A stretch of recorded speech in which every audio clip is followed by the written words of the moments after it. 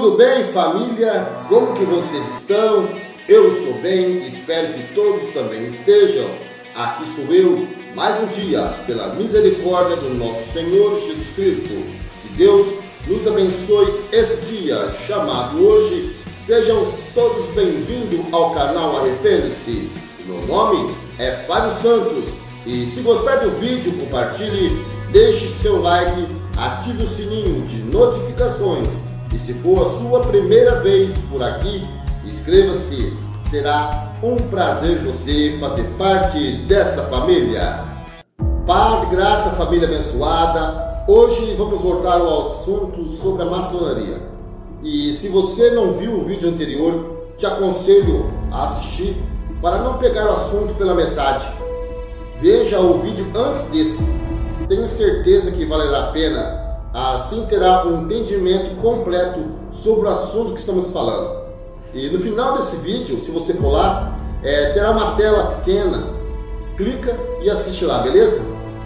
Então, continuando, há muitos ainda que consideram a maçonaria uma excelente organização filantrópica e até mesmo cristã. Mas os maçons dos graus mais elevados conhece as trevas que existem por trás da fachada de luz da maçonaria. Me desculpe se eu pronunciar o nome errado, mas o William Schroeder se esforçou muito para alcançar o 32 grau da maçonaria e se relacionou com muitos maçons do grau 33, o que permitiu conhecer a fundo os bastidores dessa misteriosa sociedade secreta. Se você acha que alguém pode ser cristão e maçom ao mesmo tempo, então precisa conhecer a verdade que se esconde por trás do véu da maçonaria. Dentre elas, para ser um maçom de grau elevado, é necessário, primeiramente, fazer um juramento onde Jesus Cristo é negado e rejeitado. O pai da maçonaria moderna disse: Lúcifer é Deus.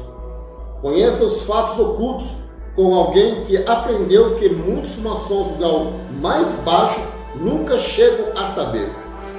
Dessas trevas se ocultam por trás da luz da maçonaria e agora chegou o momento de conhecê-las. Então fique com o vídeo e até o próximo vídeo, se assim Deus nos permitir. Shalom. Eu estive envolvido no ocultismo por 12 anos.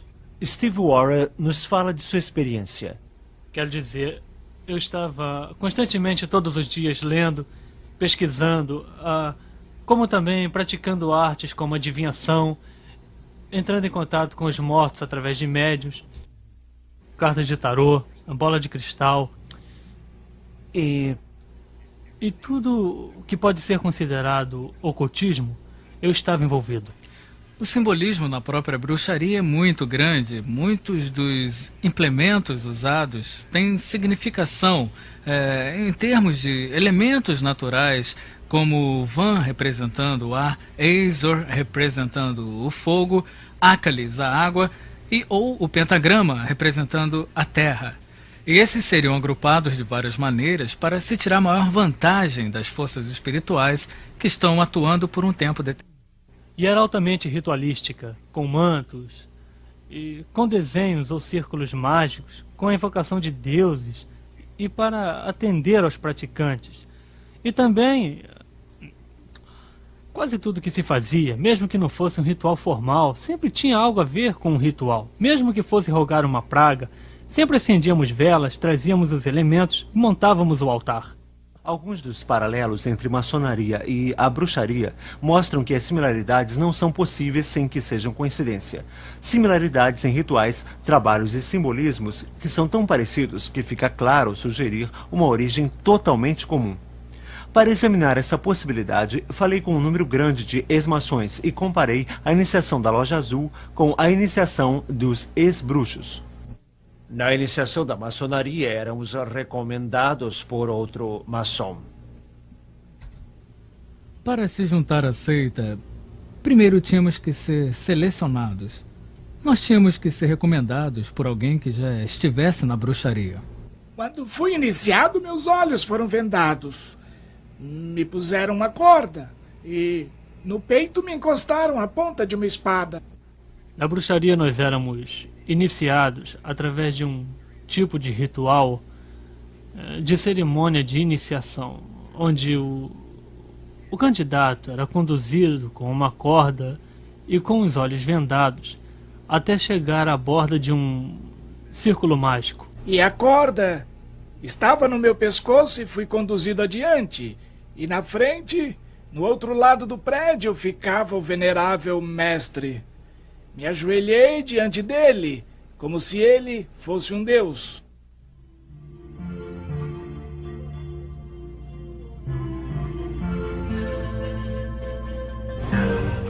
Quando fui iniciado na loja, um tipo de faca foi posta em meu peito esquerdo. Fui avisado que se eu revelasse qualquer um dos segredos da maçonaria, eu seria punido. Quando você era apresentado ao sacerdote, uma espada era posta no seu peito, você fazia um juramento de sangue, prometendo ser fiel aos segredos da bruxaria. Quando você está na sala, a venda é tirada de você, e essa é a hora em que você diz que está vindo das trevas para a luz. Durante a cerimônia de iniciação, o iniciante é conduzido pelo sacerdote e é desafiado na beirada do círculo por alguém dizendo: "Quem está aí?" A resposta é: alguém do mundo das trevas. Nossas orações terminavam com "assim seja". Um dos outros aspectos e também características da bruxaria é que sempre ao final de qualquer feitiço ou ritual, onde o poder era liberado, pois era aqui que era liberado, falava-se então "assim seja". Fiquei muito intrigado ao saber que a bruxaria e a maçonaria tinham tanto em comum. No entanto, os seguidores da bruxaria dispensam o conceito bíblico de Lúcifer. A maçonaria vai tão longe que realmente chama Lúcifer de Deus. Nas palavras do soberano pontífice da maçonaria universal, Albert Pike: sim, Lúcifer é Deus. Infelizmente, Adonai também é Deus. A verdadeira e pura religião filosófica é a crença em Lúcifer, o igualitário a Adonai. Mas Lúcifer, Deus de luz e Deus de bondade, está lutando pela humanidade contra Adonai, o Deus das trevas e da maldade. Ouça as palavras do maçom do 33º grau Manly P. Hall. Quando o maçom descobrir que a chave do guerreiro é a correta aplicação do dínamo de força vivente, então ele aprenderá o mistério da sua arte. As forças agitadas de Lúcifer estão em suas mãos e antes que ele possa dar passos à frente e para cima, ele deve provar sua habilidade em aplicar essa energia. Dos literalmente milhões de maçons do mundo todo, quantos estão realmente conscientes do real significado dos símbolos maçônicos? A resposta é bem poucos. Como a maioria dos maçons nunca ultrapassam o 3º grau da loja azul, a classificação de mestre maçom, a maioria deles nunca descobrem no que estão envolvidos. E nunca vão descobrir o que é maçonaria, a não ser que tentem entrar nos níveis mais altos do rito escocês ou do rito de York. De fato, eles não são só ignorantes, são deliberadamente enganados por seus superiores na loja. Assim falou a própria autoridade Albert Pike. Os níveis azuis não são mais do que a parte de fora do templo. Parte dos símbolos são expostos ali para os iniciantes. É intencional que eles não os entendam, mas é intencional que eles pensem que os entenderam. Quando muitos maçons passam pelos primeiros 3 graus, tornam-se mestres maçons e param por aí, pensando que é somente uma organização fraternal. E eles não percebem que seus líderes têm conscientemente mentido e os enganado porque eles não querem que se entenda os verdadeiros ensinamentos da maçonaria. Eu comecei com boas intenções, achando que estava entrando numa fraternidade de fato muito interessada em ajudar pessoas. Mas agora eu percebo que em escalões mais baixos, níveis inferiores, você não sabe toda a verdade. O significado da loja, o que ela era para mim, um grupo de pessoas que estavam ali para ajudar os outros. E haviam diferentes coisas assim, que se podiam perceber na loja as pessoas estavam juntas, unidas por algo, e pensei ser uma organização cristã. O que fazia alguém pensar que a loja maçônica era um lugar cristão? Era o fato que encontrei pessoas que eram membros da mesma igreja a que eu pertencia, a Igreja Presbiteriana do Canadá, como membros da loja, membros em posições importantes na loja. E acontecia que essas pessoas, dentro dos rituais, usavam citações das Escrituras. Então, isso me fez pensar que eu estava certo. Eles pensam que estão ingressando, na verdade, numa organização cristã. Isso porque, na verdade, os 3 graus da loja azul são validados no espelho cristão. Jesus Cristo é o centro da fé cristã. E, de fato, sem ele não há cristianismo. Isto é porque Jesus declarou ser Deus encarnado e, como tal, não pode ser separado de seus ensinamentos. Ele não ensinou um sistema de moralidade para levar alguém a Deus. Ao contrário, ele disse ser o caminho ao Pai. Na maçonaria, qual é o ensinamento oficial sobre o Messias? Ouça de novo o soberano pontífice do rito escocês, Albert Pike. Ela reverencia todos os grandes reformadores. Ela vê em Moisés o doador da lei dos judeus, em Confúcio, Zoroastro, Jesus de Nazaré e no árabe iconoclasta grandes mestres de moralidade e eminentes reformadores, e nada mais. Em outras palavras, Jesus foi reduzido a um grande reformador. Nem um pouco diferente de Confúcio ou Zoroastro, mas a Bíblia diz claramente em Atos capítulo 4. Em nenhum outro há salvação, porque também debaixo do céu nenhum outro nome há dado entre os homens pelo qual devemos ser salvos. A essência do cristianismo é que o homem é incapaz de salvar a si mesmo. Por esta razão, Deus mandou seu único filho para fazer expiação por nós, morrendo em uma cruz. Isso é tão diferente da forma de ensinar de Mendenhall em seu livro Chaves Perdidas da Maçonaria. O verdadeiro maçom não é preso a uma crença. Ele percebe com iluminação divina de sua loja que, como maçom, sua religião deve ser universal. Cristo, Buda, Maomé, o nome significa pouco, porque ele reconhece somente a luz e não o condutor. Ele adora em todo santuário, se ajoelha diante de qualquer altar, seja num templo, mesquita ou pagoda, catedral, e percebe com seu verdadeiro entendimento a unidade de todas as verdades espirituais. Nenhum maçom pode ser limitado, pois sua loja é a expressão divina de toda a abrangência. Nenhum maçom pode ser limitado, pois a sua loja é a expressão de toda a abrangência. Uma afirmação interessante, já que na Bíblia Jesus Cristo diz: Entrai pela porta estreita, porque larga é a porta, e espaçoso é o caminho que conduz à perdição, e muitos são os que entram por ela, e porque estreita é a porta, apertado o caminho que leva à vida, e poucos há que a encontrem. Os maçons dizem que Jesus Cristo é simplesmente outro grande mestre, outro grande profeta moral, é igual a Buda. Realmente os maçons ensinam, de acordo com Albert Pike, que Buda foi o primeiro grande professor maçônico. Então eles estão igualando Jesus a Buda, a Maomé e a líderes religiosos. Como qualquer outro líder religioso, ele não é Deus, ele não é o Salvador encarnado que veio para salvar o homem dos seus pecados, porque o maçom não precisa de um Salvador. Os maçons acham que eles podem salvar a si próprios através de boas obras. Na loja que eu pertencia, nós tivemos um muçulmano pedindo para ser membro.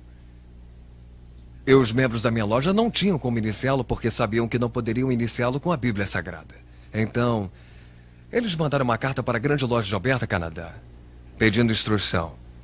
E a carta voltou afirmando que deveríamos colocar o Alcorão com o esquadro e o compasso ao lado da Bíblia, com o esquadro e o compasso sobre o altar e iniciá-lo com todas as honras. O cristão acredita na Bíblia, no fato de que Deus existe na Trindade, as 3 pessoas que são o Pai, o Filho e o Espírito Santo. Mas o que a maioria das pessoas não sabem, inclusive os maçons, é que o Deus da maçonaria, o grande arquiteto do universo, também é uma trindade. Em ambos os ritos, tanto o escocês quanto o York, você descobre que os maçons estão em uma jornada procurando o nome perdido de Deus. Parte da sua religião é a crença que o nome secreto de Deus foi perdido. E eles contam toda uma história da construção do Templo de Salomão e o arquiteto Hiram Abif, que quando construíram o templo, perdeu o nome sagrado de Deus.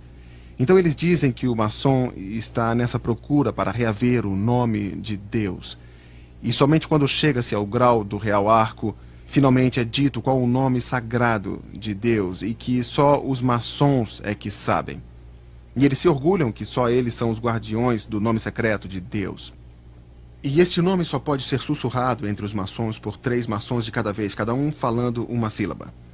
O nome é Jabulon, que é a combinação de 3 palavras: Jeová, Baal e Osíris, o deus egípcio.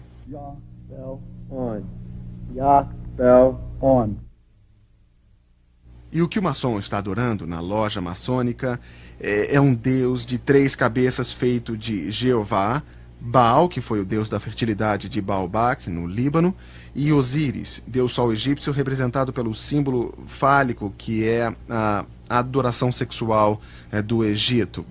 E desta combinação sai um monstro de 3 cabeças, e dizem que esse é o deus maçônico a quem eles adoram. A salvação para o cristão está baseada inteiramente no sacrifício do Senhor Jesus Cristo na cruz. A Bíblia diz que todos pecaram e estão afastados da glória de Deus. E que não importa o quanto nos esforcemos para sermos bons, jamais alcançaremos o alvo de sermos santos como Deus. Mas Deus dá o presente gratuito da vida eterna para aqueles que acreditam em Jesus Cristo e permitem que Ele pague pelos seus pecados na cruz. Nas palavras de João 3,16, porque Deus amou o mundo de tal maneira que deu o seu único Filho, para que todo aquele que nele crê não pereça, mas tenha a vida eterna. A salvação para o maçom é algo totalmente diferente. Os maçons estão contando com suas boas obras, algo que a Bíblia diz que não pode salvá-los de fato. O monitor maçônico ensina que Deus, o olho que tudo vê, vai recompensar o homem de acordo com suas obras. O olho que tudo vê penetra nas profundezas do recesso no coração humano e vai nos recompensar de acordo com nossos méritos. No 19º grau do rito escocês é dito ao maçom: o maçom que tem dado prova de sua afeição aos estatutos e regras desta ordem, no final o fará merecedor de entrar na Jerusalém celestial, o céu. O 28º grau do rito escocês afirma: o verdadeiro maçom ergue-se por degraus até alcançar o céu. Os maçons acreditam que eles podem merecer a salvação e que eles podem subir uma escada até Deus, a quem eles chamam de grande arquiteto do universo, e que um dia eles vão ficar diante de Deus e Deus irá levá-los ao céu. Não por causa de Jesus Cristo, não, mas porque eles foram bons maçons e fizeram boas obras. Um dia eu estava conversando com o pontífice do santuário em Minneapolis, de onde eu sou. Ele me ligou um dia. Ele tinha ouvido a minha fita sobre maçonaria. Como é que você ousa dizer que a maçonaria não é cristã? Ele disse: eu sou um diácono na minha igreja. Ele disse: eu sou um bom cristão. Eu sou o chefe do meu santuário. Como é que você pode dizer que eu não sou cristão?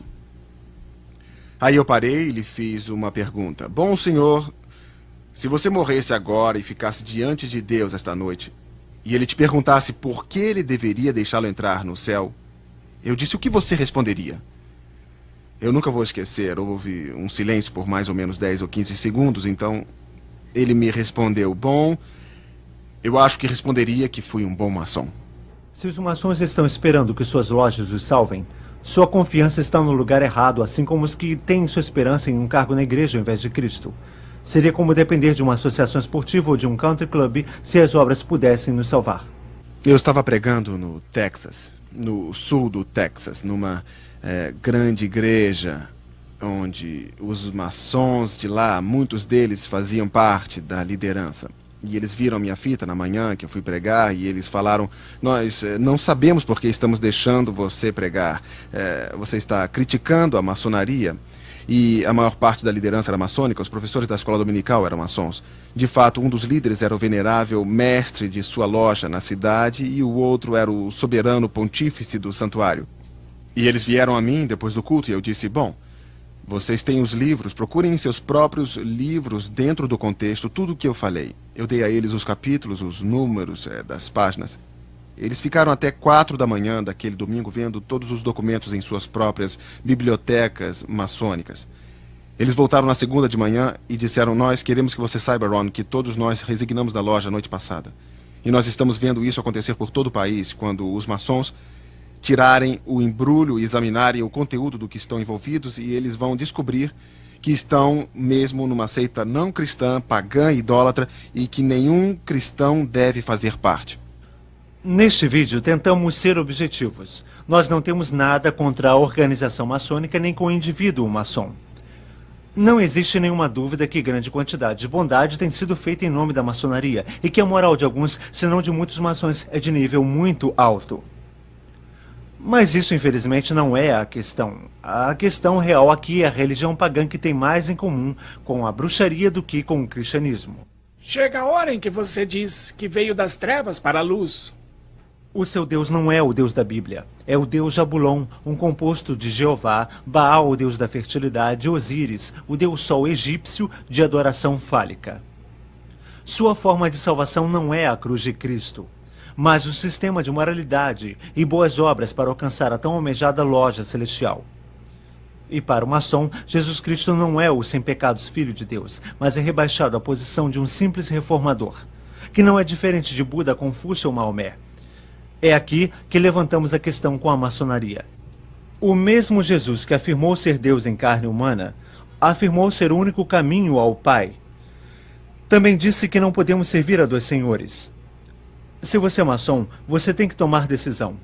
Você não pode ser um cristão e permanecer na loja maçônica. Ou você deixa seus pecados serem levados à cruz de Jesus, ou então tente pagar por eles em um sistema de moralidade e boas obras. Há versículos na Bíblia que afirmam que devemos sair das trevas. E diz também que as trevas não têm contato com a luz. E também o livro de Provérbios afirma que existe um caminho que parece reto ao homem, mas conduz à morte. Então o meu conselho para as pessoas é que se afastem de tudo isso.